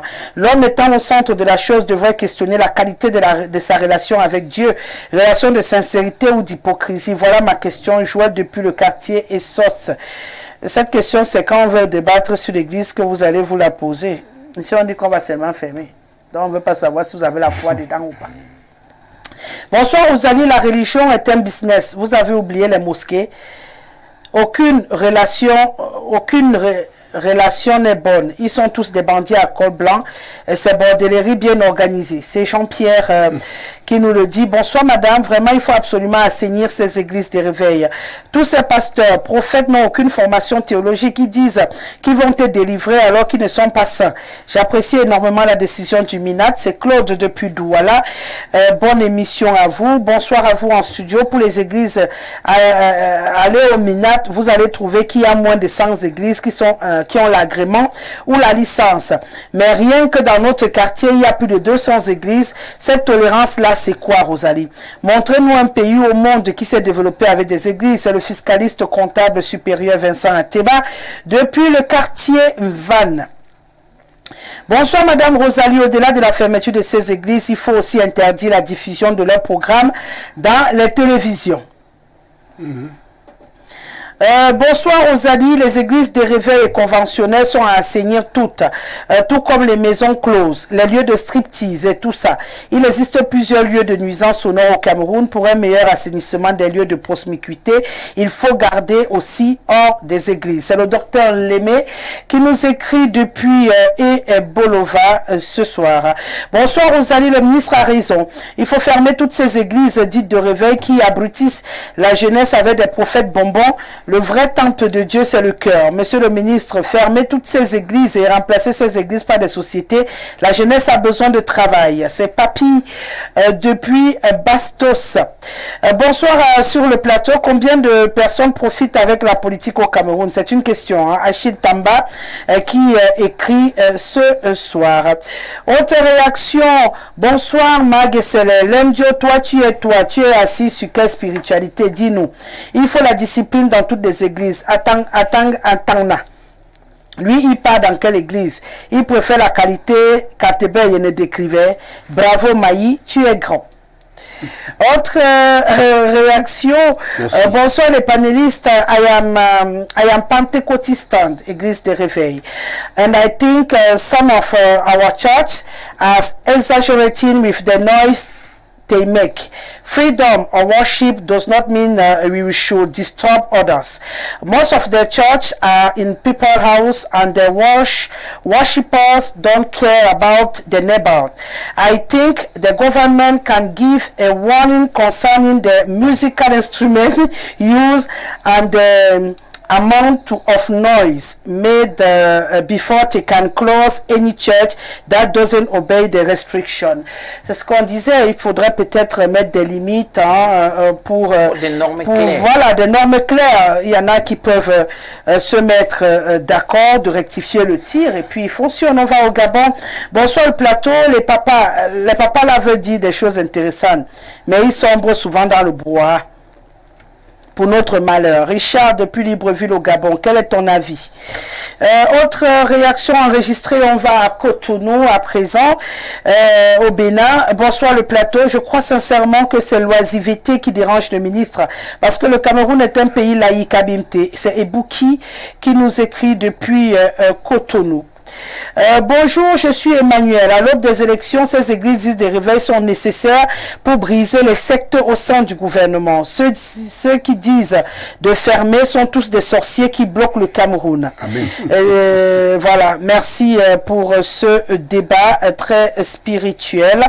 Merci à vous d'être devant le petit écran ce soir et de contribuer massivement comme vous le faites habituellement. Il y a un là que j'ai traversé depuis, sinon je suis morte. On va m'accrocher au cocotier. Waouh! Mon ADN médiatique au moment du soleil couchant dans une tenue africaine bradée d'épaulettes. Encore ce bouillant de maïs avec son cerveau de colibri dans un chapeau de Zom-Louamine Almi. Un autre bouillon dans des attitudes datées et de par ses racines ancestrales à adorer les crânes. Le whiteiser Richard dans un vestimentaire occidental comme mon père Simon. Apa Meyegao. Patrick qui sort sûrement de macaque avec son président Trump implanté le patillon jouvence. C'est Thomas Massoka. Où se cache mon beau-père apôtre du fait de la fragilité spirituelle des églises traditionnelles à élever le pouvoir financier. Certaines brebis croyant fuir le danger de ce côté ont retrouvé pour point de chute de Lucifer en personne. Maintenant, nous sommes dans un état de nature, d'un monde à part où les repères de l'éthique, la morale, la spiritualité sont devenus un océan à nous servir des nuisances sonores et autres jouissances du crier, gémir, pleurer sur la montagne. Chaque gourou faisant sa propre religion luciférienne avait des fidèles chantant des louanges, alléluia, du grand démon et manquant de cohérence en termes de raison cartésienne. Cette situation ubuesque n'honore pas les familles d'aujourd'hui. Ne doit pas les familles aujourd'hui en lambeaux du fait des infidélités à l'appel des hommes de Dieu devenus odieux. Maï, nous sommes dans des églises. Petit Maguizatron. C'est Thomas Massok. Bonsoir le panel. Emmanuel Mbak de Pouma, la nature ayant horreur du vide. Vérification faite, tous ceux qui sont contre les églises appartiennent à des sectes obscures, sorcellerie, franc-maçonnerie, Rose-Croix et tout ça. Voilà. Bonsoir à tous les ambassadeurs du micro sur ce plateau. Bonsoir Madame Rosalie, très belle émission ce soir comme à l'accoutumée. Bonne intervention de Monsieur Jean-Claude Lemdio en ce qui concerne ces églises. Beaucoup de courage à vous. C'est Majesté Robert Mbila du côté de l'Assemblée. Bonsoir à vous, chers panélistes. Bonne thématique. Je veux passer un bonsoir à mon ami et grand frère Monsieur Jouvence de la part de Jasper Lémé, ancien membre de United Association. On en retrouve toujours chez moi ici. Bonsoir à vous sur le plateau. Vraiment, l'affaire des églises clandestines au Cameroun, il faut que le gouvernement ait un suivi dans cette situation. C'est de trop. Cyprien depuis Garoua Boulaya. S'il vous plaît, ce monsieur en chapeau fait la promotion de son église des réveils. Il ne faut pas faire venir ce genre de personnes à Info TV. Que le ministre se ravise. Bon, hyper long votre message, je vais prendre la fin. Bonsoir, moi c'est Lawilinsou, depuis l'extrême nord. Les derniers jours que la Bible a parlé, seulement nous devons beaucoup prier. Bonsoir Rosalie et à tout ton panel, brillante émission. Juste pour dire aux téléspectateurs de tout à l'heure que l'expression plus pire existe bel et bien parce que son superlatif absolu est pire. Révérend Père Ludovic Désiré Mewolo depuis Yaoundé. On est là, faites même les cours de français. Vous allez. Allez, on prend une légère transition et on revient. toujours sur Info Télévision, l'émission c'est le grand soir de lundi à vendredi.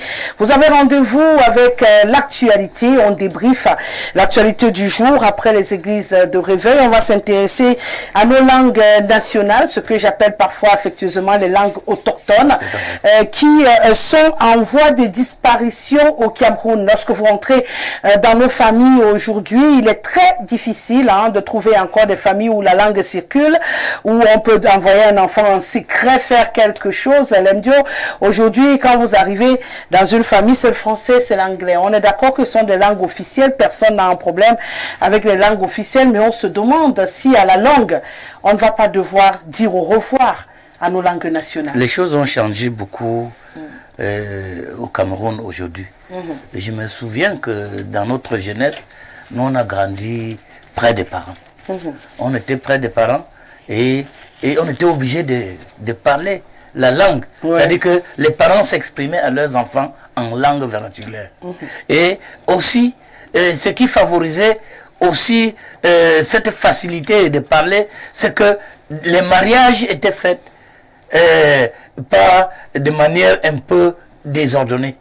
Aujourd'hui, il n'y avait pas tellement de modernisme ou le centralisme qu'il y a eu aujourd'hui, consonance de certaines prononciations vernaculaires que la maman, pour avoir l'enfant, dans d'autres foyers aujourd'hui, ça disparaît parce que vous avez, les mariages sont devenus jumelés, vous avez le brassage ethnique, le brassage régional, le brassage national, où quand tu es Bamileke, tu vas épouser une fille Bassa, c'est le Cameroun. Mais tu ne connais pas causer Bassa, elle ne connaît pas causer ton patois. C'est le français que vous allez causer à la maison. Mais maintenant, à l'école, même dans l'éducation même de l'enfant, l'enfant a besoin d'avoir tout ça. Parce que l'enfant qui va à l'école aujourd'hui, et les enfants étaient brillants. Parce qu'un enfant qui s'exprime bien en patois, à l'école, il s'en sort aussi plus facilement dans les enseignements, les différents types d'enseignements qu'on donne.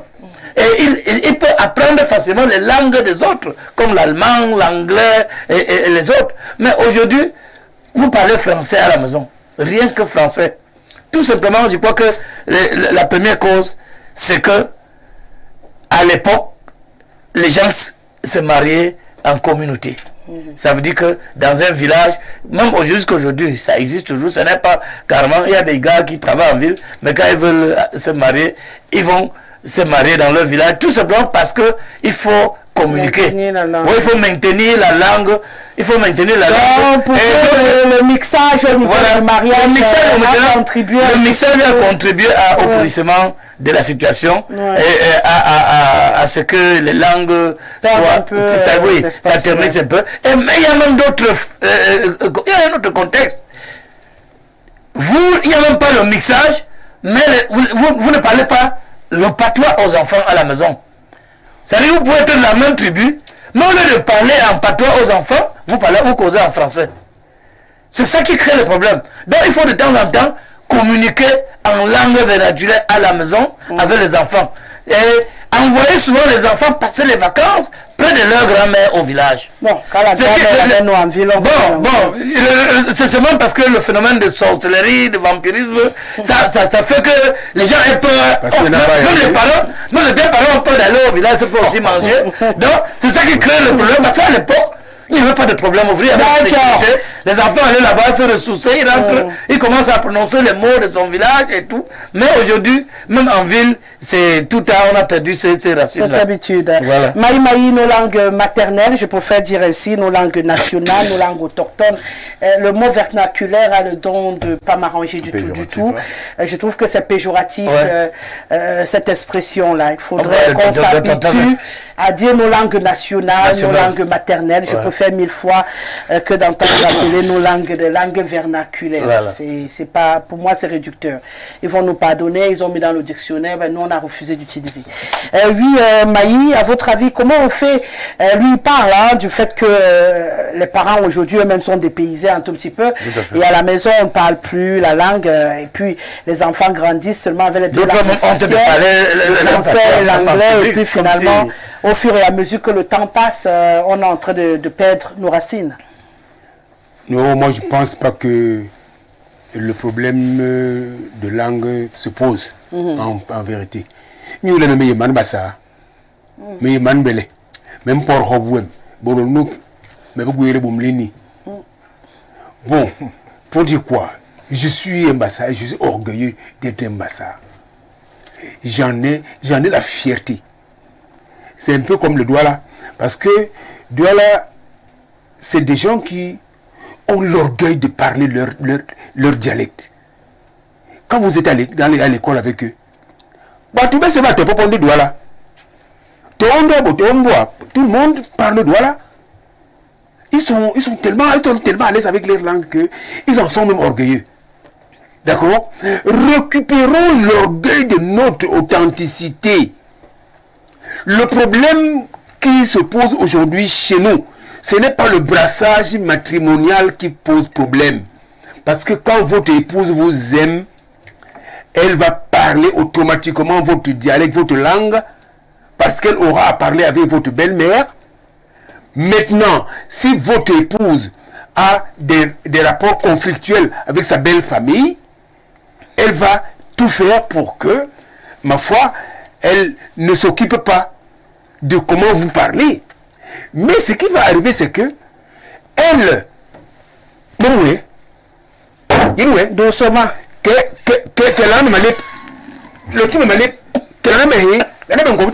elle cogne les enfants en leur disant va m'apporter les allumettes, va m'apporter le gobelet. L'enfant est obligé de comprendre la langue de sa mère. N'est-ce pas? Donc, dans ce cas, il doit avoir un rapport très étroit entre le mari et la femme pour que la femme, parlant la langue de son mari, ou vice-versa, n'est-ce pas, puisse aussi parler la même langue à ses enfants. Il y a cet aspect. L'autre aspect est quoi? L'autre aspect est que moi, quand j'ai fait mon premier fils, je me suis marié dans une famille où j'ai trouvé que mon beau-père et ma belle-mère étaient mon beau-père était un bassa, ma belle-mère était une étoile et tout. Et tout le monde, personne ne parlait bassa à la maison. Alors j'ai commencé à prendre certains de mes beaux-frères à la maison. Et j'ai constaté que cette affaire ne doit pas rentrer chez moi. Jamais. Alors quand mon fils est né, lorsqu'il est sorti du sein de sa mère à 9 mois et demi, 10 mois là, par là, je l'ai enlevé dessous mes pieds et je l'ai amené chez son homonyme, mon papa, au village. Il est resté là-bas pendant 2 années. De sorte que les premières paroles qui sont sorties de sa bouche, c'était les paroles en langue bassa. Il parlait le bassa jusqu'au proverbe. Maintenant, quand j'ai été content convaincu maintenant qu'il parle bien bassa, au moment où il fallait qu'il entre à la maternelle, je l'ai ramené à Yaoundé, il ne comprenait pas un seul mot de français. Du coup, dans ma maison, tout le monde était obligé de parler bassa. Il l'a fait, il a mis tout le monde à la langue bassa. Ses petites sœurs, Rachel, Merveille et tout le monde qui sont nés après lui, se sont mis à la langue bassa. Hein? Et c'est comme ça se passe. Pour sortir. Oui, pour sortir. Il y a la sorcellerie partout, monsieur Lemio. Il n'y a même plus de sorcellerie à Yaoundé. Au village. Quand j'étais dans mon village, je n'avais jamais entendu qu'un homme a demandé à sa femme de lui couper, de lui donner les cheveux, des aisselles, des machins et tout ça. Chez nous, chez les Bassa, par exemple, on n'enlève ces choses qu'aux morts. Mais je vous dis que je connais des hommes que leurs femmes ont endormi ici à Yaoundé. Et on les ont dépouillé des cheveux, du bas-ventre, des machins et tout. Vous savez ce que ça fait bien? Quand quelqu'un vous tient ça, il a les clés de votre vie. C'est les reliques de votre existence. D'accord? Ça, dans nos villages, ça ne se fait que sur les morts. À Yaoundé, dans vos villes, dans vos sectes, dans vos règles sataniques, vous le faites avec des êtres vivants. C'est pour faire quoi? Mais c'est pour les tuer, monsieur. C'est vous qui savez comment tuer. C'est pour les tuer. C'est vrai. C'est des choses trop graves. Donc, renouons avec notre culture, retrouvons le calme serein de nos villages avec les oiseaux multicolores, les papillons qui la langue va revenir. Qui sont partout sur le voisinage et tout, les chants des oiseaux, n'est-ce pas? Quand les enfants sont acclimatés à ce niveau, ils en vont au football, ils en vont dans la rivière, ils en vont apprendre la Vous avez entendu la partie chuton. Ça, on négligeait de côté là. Oui, c'est parce qu'on ne connaît plus la beauté de notre culture. Merci. Patrick, si je n'arrête pas, il va remonter plus haut. À votre avis, qu'est-ce qu'on peut faire pour ces langues en voie de disparition? Bien, contrairement à M. Maï, moi je trouve que le problème de l'érosion de nos langues nationales, parce que je préfère utiliser le même terme que vous, l'érosion de nos langues nationales se pose ici avec acuité. Avec acuité. Il faut dire que, ici je ne vais pas rappeler l'histoire qui a conduit à ce que nous perdions l'usage de ces langues nationales. On va parler ici de la colonisation. Lorsque les Occidentaux sont arrivés, je parle ici d'abord des Allemands, puis des Français, des Britanniques, ils ont compris qu'en réalité, pour maintenir un peuple dans le sous-développement, il faut l'acculturer. Il faudrait que ce peuple perde la notion de sa culture. Et ma foi, je crois qu'ils ont bien réussi. Ils ont parfaitement réussi. La preuve aujourd'hui, sur 10 ménages, 8 peut-être, je n'ai pas fait les statistiques, mais 8 peut-être ne parlent pas leur langue nationale. Et cela est un véritable problème. Parce que vous avez, lorsque vous introduisiez le sujet, dit qu'on ne peut plus s'exprimer, faire des cachotteries aux voisins, parce que tout le monde parle français. Et ça, c'est problématique. Vous allez parler à votre enfant, peut-être pour me dire du voisin comment, si vous n'arrivez pas à lui dire cela en langue, langue maternelle. Ça, c'est un problème. Ouais. Je pense que le véritable problème aussi ici, c'est que c'est une question de génération. C'est une question de génération. De plus en plus, on considère les personnes âgées ou alors envoyer les enfants dans les villages comme les exposer à la sorcellerie. Certes, Monsieur Maï a dit ici que Yaoundé était même peut-être plus dangereux, ou alors les grandes métropoles sont plus dangereuses que les villages, que les zones rurales. Mais il faut dire que dans la conception des parents d'aujourd'hui, envoyer un enfant au village, c'est l'exposer à la sorcellerie. Aujourd'hui, on considère toutes les personnes âgées comme des grands sorciers, comme des grands, potentiels même, mais comme des grands sorciers. Donc, du coup, on préfère garder nos enfants à Yaoundé. Nous-mêmes ne parlons pas bien notre langue nationale ou nos langues nationales. Et pourquoi? Ça pose justement un problème. Ça pose un problème. Il faut aussi dire que il fut un temps où parler français, parler anglais, c'était un signe de réussite sociale. C'était un signe de réussite sociale. Quand tu cherches le travail, on ne va pas te demander quelle langue nationale tu parles. Parles-tu bien ta langue nationale? Anglais, français, espagnol, ainsi de suite. Donc cela est un véritable problème.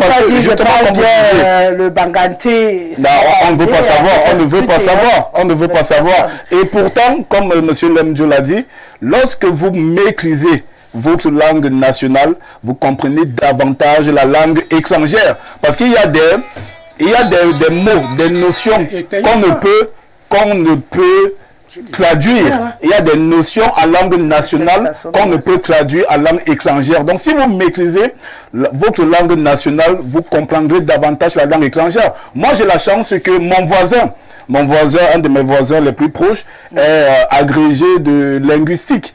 C'est lui qui m'avait dit une fois lors d'une conversation que il faut maîtriser ta propre langue pour mieux comprendre ce que l'autre veut dire. Parce qu'il y a des subtilités dans la langue française et que si tu ne connais pas ta propre langue, tu seras perdu. Donc, moi, j'exhorte les parents, on va peut-être parler des solutions, mais j'exhorte les parents à retrouver l'essence même de nos cultures. C'est-à-dire, moi quand j'étais petit, qu'est-ce qu'on faisait? Pendant les vacances, on envoyait tout le monde au village. On ne voulait pas savoir, si vous deviez rester en ville ou pas. On envoyait tout le monde au village et vous y alliez la grand-mère ne parlait pas français, elle ne parle pas français. Donc tout le monde était obligé de tendre l'oreille, de commencer, même si vous ne parlez pas bien, mais de commencer à bredouiller des petits mots en langue nationale. Ce qui fait qu'aujourd'hui, même si certains peut-être chez moi ne parlent pas bien ou parfaitement, mais au moins vous avez la capacité de vous exprimer et cela est un plus pour notre pays. Je réitère ce que j'ai dit tout à l'heure, c'était avant. Il y avait la grand-mère au village. Maintenant, parfois, la grand-mère avait nous en vie. Et elle parlait même français plus que toi. Donc, je reste dans la situation que nous avons aujourd'hui. Je ne visualise pas un monde qu'on a connu. On a connu le moment où on me disait, va donner ceci à maman telle, et tu arrives, elle te parle seulement en langue, tu es debout, tu la regardes, elle te dit, j'attends que tu me dises ce qu'on t'a envoyé me dire. Tu n'arrives pas à dire en langue, elle te dit, va dire que tu n'as pas pu me transmettre le message. Et tu refais le trajet retour, c'était les choses qu'on a vécues autant. Mais aujourd'hui, qui fait ça? Donc, derrière la grand-mère habite carrément en ville, le champ est vide au village, la maison du village est fermée. On passe seulement quand il y a deuil pour enterrer les gens. Donc, conclusion de course, cette méthode-là, elle ne peut plus bien marcher aujourd'hui. Oui, monsieur le ministre. Le vrai problème qu'il a soulevé, ça m'intéresse bien. Le système colonial a effacé notre passé. Et comment on ramène notre passé? Non, je suis en train de vouloir dire que le système colonial nous a imposé sa culture, sa langue, etc. Et les missionnaires, américains surtout, ont instauré un système de sorte que l'enfant devait faire d'abord l'école presque primaire en langue locale. Il y avait des livres. Donc, l'enfant de 8 ans, 9 ans, était toujours au village et apprenait, et était à l'école en parlant le dialecte. D'ailleurs, la Bible a été traduite dans plusieurs de nos langues. Ce sont les missionnaires qui ont instauré ça contre le système de balayer tout ce qu'on avait avant. Et aujourd'hui, nous avons un problème extrêmement compliqué. Comment faire pour revoir ce que nos arrière-grands-pères faisaient? On perd tout. En commençant même par notre langue maternelle. On a tout perdu. Et le système scolaire actuel a accentué ces problèmes. Parce que si on allait laisser l'enfant d'abord faire les 3, les 4 premières années en langue maternelle, l'enfant maîtriserait d'abord sa langue avant de commencer à l'école, le cours préparatoire, etc. Et il faut revoir l'enseignement actuel. Si on veut parler de nos langues, il faut revoir le système d'enseigner. Et nos grands cerveaux, les docteurs en X et Y, personne ne pense traduire ce qu'il a appris en langue maternelle. Par chance, nous avons la Bible. Mais en dehors de la Bible, personne ne peut rien traduire. C'est un problème qui nous regarde nous-mêmes. Si c'est la politique pour faire semblant en critiquant, mais en réalité, vous ne mettez pas un système qui permettrait aux enfants d'avoir une formation d'abord dans leur langue et puis le français et l'anglais. Par la suite. Il faut tout revoir. D'accord. Richard Tobolbaï. Oui, le problème que vous posez, il est extrêmement dramatique parce que une langue n'est pas uniquement moyen de communication. Parce que la langue transporte avec elle l'héritage culturel. Et les traditions, le juge de la communauté qui l'utilise. Donc ça fait que si on perd une langue, on perd une culture, on perd des traditions, on perd notre science, notre civilisation. Et c'est extrêmement dangereux. Eh bien, oui, nous perdons de langue. L'exemple le plus cité, c'est une langue, enfin, que je connais, de toute façon, une langue qui s'est éteinte vers les années 95 et qui était pratiquée dans la région de la Damawa. Et c'est le Luo, qui a complètement disparu. Donc, je crois que c'est un problème très dangereux. Et aujourd'hui, il y a d'ailleurs plus que 4% de nos langues nationales ont déjà disparu. Bien sûr, et il y a des données qui indiquent que d'ici 50 ans, beaucoup de langues au Cameroun, en Côte d'Ivoire et bien d'autres pays africains vont complètement disparaître. Ah non, on va arrêter ça. Oui. Donc, c'est des langues qui vont complètement disparaître si rien n'est fait de manière concrète. Parce que voilà ce qui se passe. Moi, qui suis né au village, qui est né et grandi au village, je suis en réalité monolingue. Donc, enfin, monolingue. Je parle une seule langue. Mon patois, le tout pourri, que je maîtrise. Maintenant, quand je pars en ville et que je me marie, que je m'installe en ville, je donne naissance à un enfant qui va devenir bilingue. Il parle ma langue et il va aussi parler le français qui est pratique. Donc, il est bilingue. Mais mon petit-fils, n'est-ce pas, va se retrouver dans une situation où il va peut-être comprendre seulement mon patois, mais aura du mal à s'exprimer. Donc, au fur et à mesure que les générations évoluent, on perd complètement le fil avec nos langues. Donc, c'est un problème extrêmement dangereux et qui est réel. Aujourd'hui, je partage tout à fait l'avis du ministre qui évoque le fait qu'aujourd'hui, les politiques linguistiques de notre pays sont quand même assez déplorables parce que on a en réalité laissé essentiellement à l'Église le rôle de pérennisation de nos langues au travers ce que fait essentiellement la traduction de la Bible. Voilà. Ouais. Et c'est quand même assez dangereux. Et donc, je pense que messes en langue. Voilà, je pense que nous avons un ministère de la Culture qui, à mon sens, s'occupe uniquement des affaires de musique, des chants et autres. On ne voit pas un effort réel dans le sens de la promotion, de la sauvegarde de toutes ces langues. Parce que, ça, comme je dis, ça va au-delà de la simple langue. Donc, pour moi, il faut, pour terminer, renforcer, améliorer nos politiques publiques, n'est-ce pas, linguistiques, notamment en passant, pourquoi pas, d'abord en faisant un effort de renforcer ce qu'on appelle déjà les langues véhiculaires. Parce que vous allez voir dans cette communauté, il y a quand même certaines langues qui émergent parmi tant d'autres et qui s'imposent et qui sont utilisées. Donc il faut un effort conséquent. Si je prends l'exemple des régions septentrionales, vous allez voir que 3 régions parlent assez couramment le fulfulde, qui n'est pas déjà rien. Donc il faut donc partir, pourquoi pas, des collectivités territoriales décentralisées comme les conseils régionaux, mettre sur pied des moyens et des politiques qui peuvent, si vous voulez, mobiliser un certain nombre d'efforts pour préserver, faire la promotion de nos langues locales. Donc vraiment, c'est globalement ce que je pense. Peux dire. On fait dire 2 mots aux téléspectateurs. Bonsoir madame. Nos langues nationales sont en péril parce que notre génération n'a pas bien transmis à leur progéniture. Nous, on a reçu des parents à notre tour. Nous transmettons peu. Bonsoir Rosalie.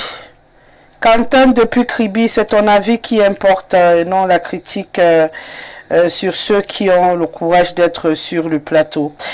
Bonsoir une fois de plus Madame Rosalie, la langue est une volonté des parents. Je suis Bamileke et ma femme aime Bamoise, mais nos enfants parlent Bamileke à 70%, donc la faute est aux parents. C'est Epassi qui nous écrit depuis les hauts plateaux.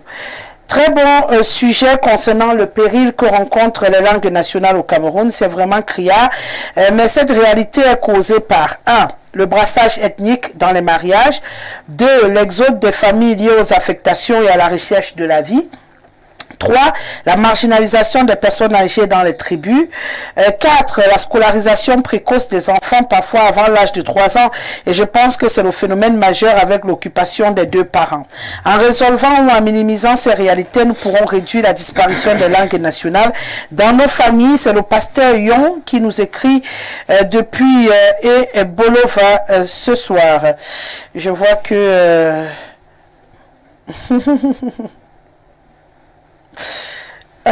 bonsoir à Alain Pascal Luméo qui nous suit depuis Douala ce soir. Bonsoir le plateau, je comprends les langues nationalistes de la présentatrice, mais ne confondons pas les choses. Les langues nationales au Cameroun, c'est le français et l'anglais. Non, ce sont les langues officielles. Je parle très bien. Il y a confusion. Les langues officielles, c'est le français et l'anglais. Les langues nationales, c'est ce qu'on appelle les langues maternelles, c'est ce qu'on appelle les dialectes, les patois, et tout ce que vous voulez. Ce sont nos langues. Oui. D'accord? Ouais. Voilà. Les Là, langues des colonialistes. voilà. Mais quand tu dis national, ça rejoint toujours. Non. Non. National, ça veut dire que c'est le pays, la nation, ce sont nos langues. Ok. Officielles, parce que les langues des autres, je ne vais pas dire étrangères, parce que normalement on doit appeler les autres langues des langues étrangères. Mais on a sélectionné deux. Non, en français, on parle français. Voilà, c'est pour ça que Nous sommes à la télé, tu es en train de parler en français. on instruit les gens. Mais rentre maintenant en... Langue, respect. Ok. On instruit les gens. D'accord.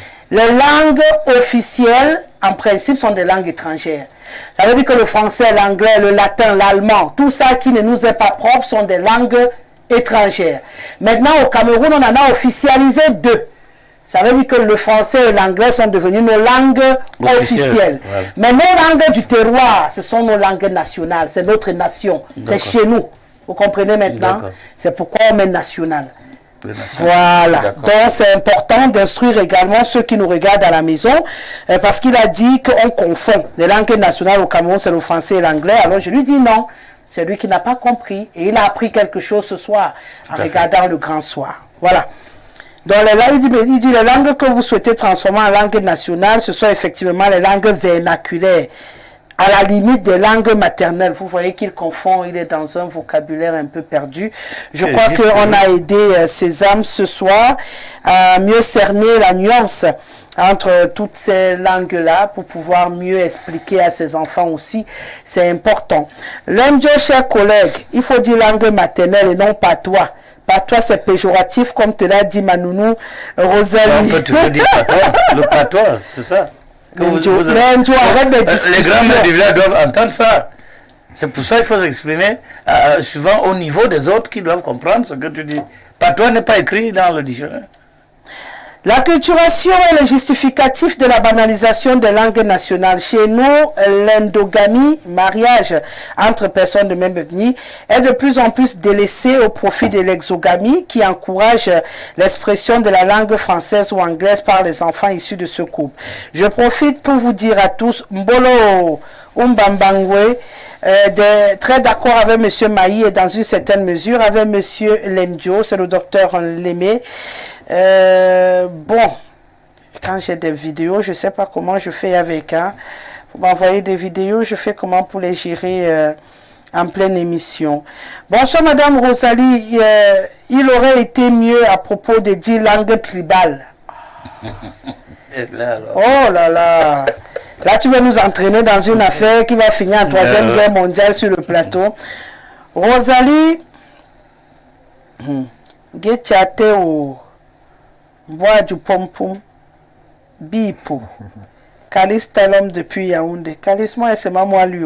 Bafoussam. Elle quoi? Elle dit qu'elle vous salue sur le plateau, et qu'elle vous... elle dit que c'est le Womala, voilà. Banjouné. Voilà. On est en train de me traduire, ma fille. Calice, que tu dis qu'on a dit elle dit qu'elle salue tous les plateaux. Là, je comprends. Oui, là, j'ai compris. Je vous salue. Mboadjou Popou, Bipo. C'est la partie là que je... Est-ce que tu as même bien lu là-bas? Mon frère, j'ai lu que... Lui, il n'y a pas de souci. C'est le message en bas. Moi, j'aime bien m'amuser. C'est vendredi aujourd'hui. Essayons... Voilà. Oui. Je vous salue. Mbouanzie Popon Mbipo. Un popon, c'est fini. Mbouanzie Popon. C'est-à-dire que je vous salue beaucoup ce soir. Mbouanzie Popon et Mbipo. Mbipo à vous. Que je vous salue beaucoup. En fait, j'envoie mes salutations ce soir à vous tous sur le plateau. Voilà. C'est ça. Mais mais chez nous, à Bouddha, on dit bon, j'ai tout entendu. Toi, tu as dit quoi? Ça suffit? Bonsoir. Bonsoir. Mais je voulais. Et chez toi? Me reconnais. Ah, bon, ça c'est... Nous sommes... Ça c'est les meilleurs gars, les machins. Je voulais les meilleurs gars ici. Avant de Ouais. partir, Excellence, dernièrement j'annonçais la sortie, j'allais dire Monsieur le ministre, hein, parfois un mauvais réflexe. Dernièrement on parlait de votre livre qui est désormais disponible. Hein. Il y en a qui ont demandé où est-ce qu'on pouvait trouver le livre en dehors du plateau. Où est-ce qu'on peut trouver le livre? Librairie Peuple d'Afrique. Librairie Peuple d'Afrique. Oui. Donc, en dehors de ceux qui peuvent entrer en contact avec moi, on rappelle que le livre, hein, c'est l'UPC vu par le ministre de sa création à ce jour. Toutes les étapes traversées, les conflits et autres, vous aurez l'occasion ainsi de pouvoir passer de bons moments avec l'histoire du Cameroun, parce que qui dit UPC dit l'histoire du Cameroun, spéciale recommandation. J'ai oublié de l'avoir sur le plateau. Oui, il y en a. Il y en avait même Pour avant. ceux qui en ont besoin, n'hésitez pas, que ce soit à travers moi, à travers le numéro affiché, je m'arrangerai pour que vous ayez accès à ce livre, ou bien sûr, hein, vous pouvez aller à la librairie des peuples africains, obtenir également ce livre. Voilà, donc spéciale recommandation, comme j'aime à le dire. Lemdio, pourquoi tu t'agites? Je ne vais pas te donner la parole. Ce n'est pas prendre la parole. Je ne vais pas te la donner. Donc, je suis en train de dire Bon, tu au continues revoir. souvent en beauté, non? Je suis en train de dire au revoir. Et la beauté, c'est avec toi. Merci, On a monsieur encore le 10 minutes, ministre, d'avoir été là ce soir. Merci, Jean-Claude Lemdio. Merci à toi, Patrick. Pourquoi ton nom? Biébé. Biébé. Voilà. Comment se porte Jouvence? Il faut saluer le manquerai guide. pas, je n'y manquerai pas. Voilà. Alors, mon bon, on dit souvent dans Je les vais saluer agro-quartiers, à mon tout le bon monde. petit. Salut en langue nationale, tout le monde. Je vais donc Et nous, on saluer répond en aussi en quelle langue langue nationale. parce que je suis l'incarnation de toutes les langues du Cameroun. Qu'est-ce que je vais faire? Meyega, non, là c'est bonjour. Non, ta langue. C'est au revoir à presque toutes les langues du Cameroun. Oui, là. Soit on dit o, soit on dit ao, soit... Je me trompe? Il y a quelqu'un qui dit autrement? Non, pas ta langue. Non, c'est Respire! Voilà. Ouais, même je respire. Ta langue. C'est o, non? Non, c'est moi, c'est pas. Il y a d'autres qui disent o-omba. Ah, on a Voilà. Pas omba. C'était bien dit que dans toutes les langues du Cameroun, il y en a qui disent o-o, Oui. d'autres disent a-o, d'autres disent o-omba. Et quand tu tournes ça n'importe comment, il y aura toujours une La même petite chose. Voilà, c'est D'autres ce que disent les dame, gens- d'autres disent damgé. Voilà. Hein? Tu disais Et qu'au moi, j'ai revoir, dit, c'est... Ndaigwawe. Et... Et moi je dis. Ah, tu m'embas. De quoi, ouais? Oui, Ndaigwawe. Ndagwa, ouais. Ouais. J'ai quand même réussi. Puis là, tu Isma, bonjour. Ils sont en train de vouloir moi, me je traumatiser. Et Ce moi, je soir. dis- Merci beaucoup d'avoir été là toute la semaine. Et moi de dire. On remercie Anissé. Et moi de dire à tous les bassins, même ça a bien passé na Korwala. Et au Douala. Non, ça on te laisse, ça va aller. Na somele bien et dire. Bien ma boîte. Voilà. Non, ils ont souvent l'habitude de dire qu'ils m'aiment comment là. N'attendez. Attends, dis-moi. Na somme. Na somme. Ça y est, ça. J'attends d'Indika. Voilà. Merci Anissé pour cette émission ce soir. Merci à Jacques pour son coup de main. Merci à Jean Maton pour son coup de main également. Je vous laisse en compagnie de nos programmes qui se poursuivent. N'oubliez pas, lorsqu'il sera 19h, vous aurez votre journal en anglais en monitoring, bien sûr sans présentateur. Et à 20h, vous aurez le journal en français. On se dit bon week-end à tous. Hein. Vous faites bien de rester sur ces antennes. Sortez couverts. Respect, monsieur Don.